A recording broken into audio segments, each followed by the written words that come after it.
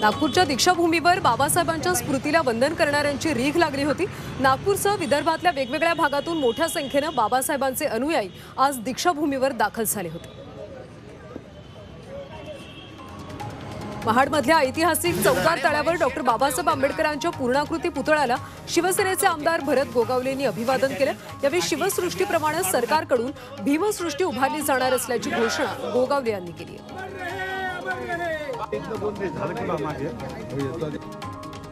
दादरमधल्या Shivaji park परिसरात खाद्य वाटपाचं आयोजन करण्यात आले। या उपक्रमात उपमुख्यमंत्री अजित पवार हे देखील सहभागी झाले।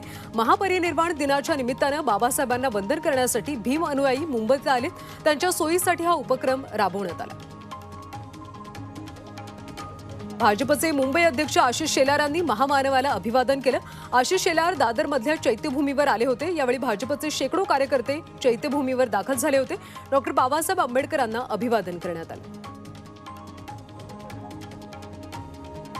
महापरिनिर्वाण दिनानिमित्त धुळ्यामध्ये बाबासाहेब आंबेडकरांना अभिवादन करण्यात आलं। धुळे शहरातल्या बस स्थानकाजवळच्या पुतळ्याजवळ भीम अनुयायींकडून अभिवादन करण्यात आलं। यावेळी जय भीमच्या घोषणा देण्यात आल्या। बाबासाहेब आंबेडकर यांचे नातू आणि वंचित बहुजन आघाडीचे राष्ट्रीय नेते प्रकाश आंबेडकरांनी चैत्यभूमीवर बाबासाहेबांना अभिवादन केलं। यावेळी अंजलीताई आंबेडकर आणि वंचितचे शेकडो कार्यकर्ते उपस्थित होते।